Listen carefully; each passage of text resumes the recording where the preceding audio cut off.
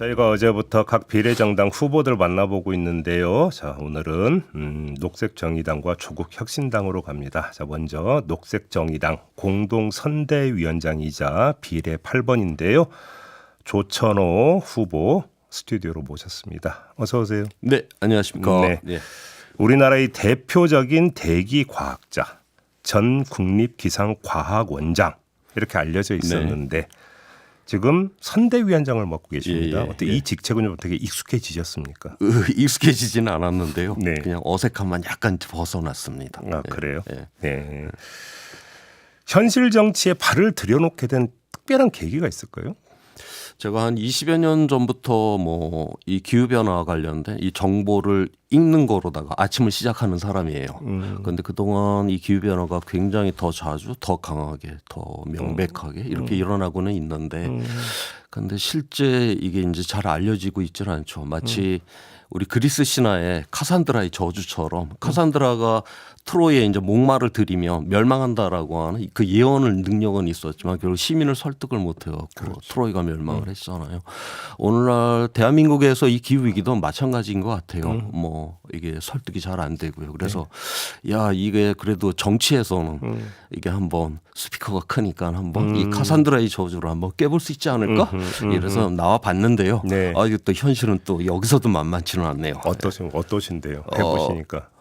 그냥 여기서도 뭔가 뭔가 좀, 여기서도 저의 예언의 능력은 누구를 설득할 능력이 안 뭔가 되는구나. 좀 막혀있다는 느낌이 드세요? 막혀있다기보다는 뭔가 흩어져 간다. 흩어져 간다? 그러니까 이게 뭔가 꽂히지는 않는구나 뭐 이런 느낌들. 그러니까 수많은 의제로서 모든 당들이 다 다루죠, 기후 위기를. 그렇죠. 그렇지만 수많은 그 의제 그냥 하나로서 그렇게 갖추기형, 구색 맞추기용으로 다 되다 보니까 이게 의제 자체가 올라오질 못해서 그런 문제를 갖고 있습니다. 근데 왜 녹색정의당을 선택을 하셨어요? 그러니까 이 기후 위기라고 하는 이 자체가 이게 굉장히 이제 심각하고 그렇긴 한데 그렇다라고 해서 이 지구상의 모든 사람이 다 책임을 갖고 있는 건 아니거든요. 그러니까 전 세계의 상위 10% 소득 수준 10% 안에 들어가는 사람이 전체 온실가스의 한 절반 정도를 배출을 해요. 다시 말해서 오늘날 이 위기다라고 하는 거는 잘 사는 사람들의 이제 과잉에 의해서 일어난다라고 하는 것이죠. 그래서 지금 이 80억이 살아가는데 이 지구는 이 80억을 다 배부르게 먹일 수가 있고 충분한 생필품을 공급할 능력을 갖고 있어요. 그런데 기존에 우리 정치가들은 어딘가 결핍이 일어났다 그러면 성장을 못해서라고 이야기를 하잖아요. 그건 거짓이죠. 이 세상이 정의롭지 않기 때문에 이런 일들이 일어나는 거거든요. 그래서 우리가 이 세상을 정의롭게 만들지 못한다면 결국 기후위기가 이 세상을 무너뜨리게 된다. 그래서 정의 없이는 기후위기를 극복 못한다. 바로 여기에 중심에 녹색 정의당. 그래서 제가 여기를 선택하게 되었습니다. 그러면 관련해서 하나만 좀 더 질문 드리면 우리 정부가 지금 기후 위기를 어떻게 대응하고 있는지 평가를 좀 해주신다면. 지금 정부 같은 경우는 이제 뭐 탄소를 줄여야 된다라고는 하니까 그거를 원전을 통해서 이제 줄여야 된다. 네네. 전 세계에서 굉장히 독특한 이런 이제 정책을 갖고 있는 그런 나라이죠. 작년에 전 세계에서 새로 만들어진 발전소 중에서 핵발전이 차지하는 비중은 태양광하고 풍력에 비해 1%밖에 되질 않아요. 또 이제 지금 정부 여당이 이야기를 하는 원전 르네상스라고 하는 게 도대체 어디서 일어나는지 제가 갖고 있는 모든 데이터에서는 그런 건 없습니다. 그래요? 그리고 또 하나는 그러면 전 세계가 이렇게 재생에너지 태양광 이제 풍력을 늘리는 이유가 그러면 기후위기 대응 물론 그 이유도 있지만 실제로 시장에서 가장 값싼 에너지가 되었기 때문에 이렇게 시장에서 확장이 되고 있는 것이거든요. 그러면서 또 다른 측면에서 또 아리백이라고 하는 게 있잖아요. 재생에너지 100%. 예를 들어서 우리가 이제 그 반도체를 수출을 하려고 하면 애플에서는 이제 재생에너지 100%가 돼야지만 그 제품을 받겠다. 2030년입니다. 그런데 우리 윤석열 대통령은 우리나라 반도체 산업을 키우기 위해서 원전을 갖다가 왕창 늘려야 된다. 뭔가 세계적인 이 흐름하고는 완전히 지금 벗어나는 이렇게 이탈된 이런 이야기들을 하는 이러한 상황. 이것이 지금 정부와 여당의 그런 흐름 아닐까? 좀 그렇게 보고 있습니다. 알겠습니다. 다시 선거로 돌아와서 후보님께서 이제 그 비례 순번을 정할 때 너무 뒷번호를 원하셔가지고 겨우 8번으로 합의를 봤다. 이런 이야기가 전해지고 있는데 왜 뒷번호를 원하셨어요? 보통 앞번호를 원하지 않습니까? 저희 녹색정의당 그 비례 후보를 보게 되면 네. 각 부분별로다가 정말 훌륭하신 분들이에요. 그래서 저는 들어가면서도 이분들을 밀어 올려보는 그런 역할을 하겠다라고 저는 그렇게 생각을 했고요. 네.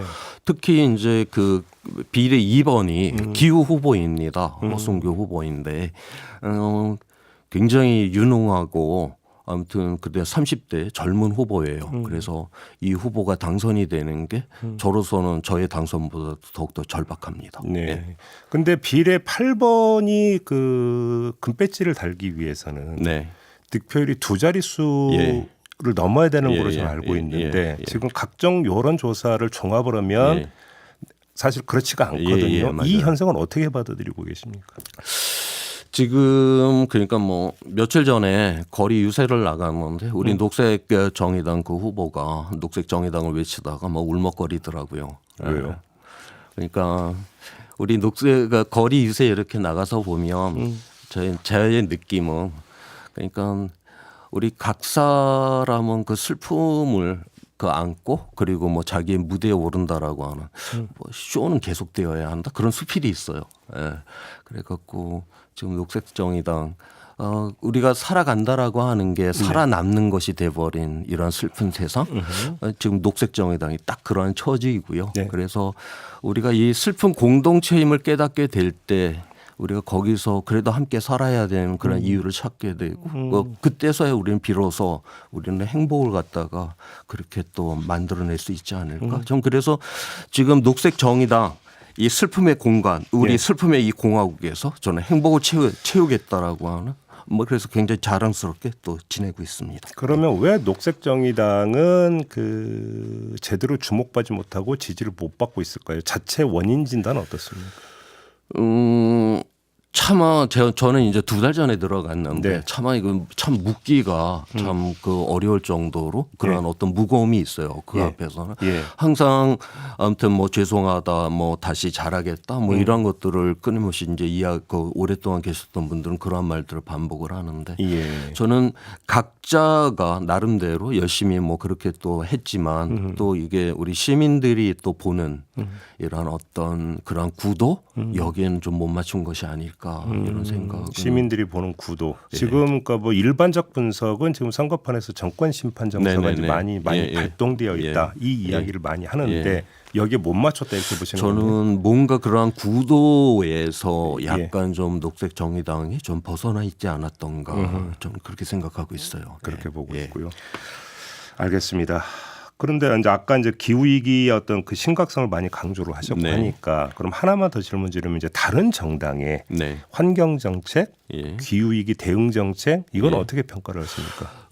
지금 이제 이 기후위기 대응이라고 하는 게 이게 이제 우리나라 스스로 만든 의제가 아니죠. 그렇죠. 이게 이제 전 세계 유엔 차원에서 전 세계 합의를 통해서 국제 정치적으로 이게 이제 압박을 하는 상황이고 네. 그러다 보니까 이런 시장의 시스템 안에 좀 전에 이야기했던 뭐 아리백이라든가 무슨 뭐 탄소국경 조정 제도라든가 이런 게 막 만들어지고 당장 그랬는데 우리는 무역을 통해서 먹고 살아야 되는 나라가 되다 보니까 다른 정당의 이런 기후 공약들을 보게 되면 그러한 부분에 대해서는 다 신경들을 다 쓰고 있는 것 같아요. 네. 그런데 저희들은 거기서 좀 더 나가서 바로 이 기후위기를 통해 갖고 앞서 제가 서두에 이야기를 했던 것처럼 보다 더 정의로운 세상을 만들어내겠다라고 하는 그래서 우리의 삶의 가치를 높이겠다라고 하는 거기까지 가는 게 다른 정당과의 차이다. 좀 그렇게 보고 있습니다. 결국은 정책이라고 하는 게 이제 그거를 넣느냐 마느냐가 중요한 게 아니라 그걸 얼마나 우선순위에 놓느냐가 네, 중요한 문제 예. 아니겠습니까? 예. 지금 그래 저희는 뭐 녹색이라고 하는 그게 네. 바로 기후거든요. 네. 지금 우리나라 지금 정당 중에 바로 기후를 갖다 최우선의 과제로 바로 들고 나온 정당이 바로 녹색 정의당이죠. 그래서 최우선의 과제로 다루고 있는 바로 그런 특색들. 바로 거기에서 그래서 단순한 이런 어떤 경제적 대응뿐만이 아니라 예, 바로 예. 우리의 삶 자체도 정의롭게 바꾸겠다라고 하는 걸 가지고 있습니다. 알겠습니다. 마지막으로 꼭 유권자에게 전하고 싶은 말씀이 있다면요. 지금 현재 그 우리나라에서 만약에 정말 우리가 기후 위기를 극복하고 네. 더 나은 그런 공동체가 대한민국이 되었다. 그때에는 그 중심에 정치 세력으로 녹색 정의당은 분명히 있을 것이다. 그거를 위해서 우리는 열심히 달려갈 것이다. 네. 그러니까 저희들에게 아무튼 많은 지원을 부탁드린다. 일종의 예. 그러니까 투자의 개념으로 좀 접근해 달라 이런 호소의 말씀이실까요? 투자와 함께 이 네. 멋진 꿈을 함께 이루어달라고 저는 이야기하고 싶습니다. 예. 꿈을 같이 이루어달라. 예. 알겠습니다. 저 말씀 여기까지 들어야 될 것 같네요. 고맙습니다. 예, 고맙습니다. 녹색정의당의 조천호 후보였습니다.